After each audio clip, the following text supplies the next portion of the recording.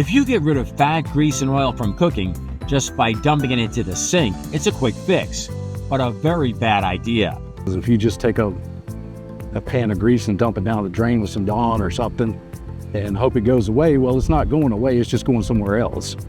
That somewhere is right here, into the sewer lines, where it can cause havoc. 95% of clogs and stuff are fat oils and grease. A clogged line can lead to dirty, stinky, and unhealthy wastewater backing up into your yard, or even more gross, into your home.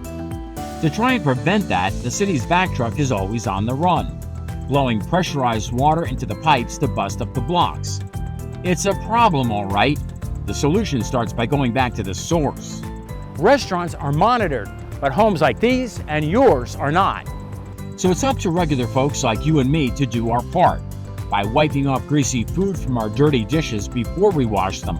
Then with the excess cooking grease, Dispose of it in a jar and in your trash, man. So rather than throwing it down the drain, where it could eventually come back to haunt us.